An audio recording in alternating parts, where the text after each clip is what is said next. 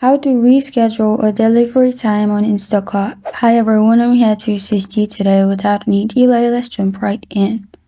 First, open instacart.com and log into your account. Here, click on the three lines at the top left corner of your screen. After you've clicked on the three lines at the top left corner of your screens, you'll find different options. Click on your orders. After you click on your orders, select the order you want to change, as you'll find all your orders.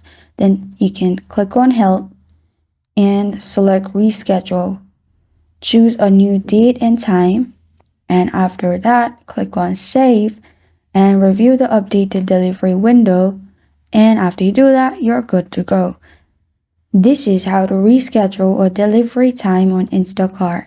Thank you for joining me today. If this video helps you out, please leave a like and subscribe for more. Got a question or want to suggest a topic? Comment below. Thank you for watching.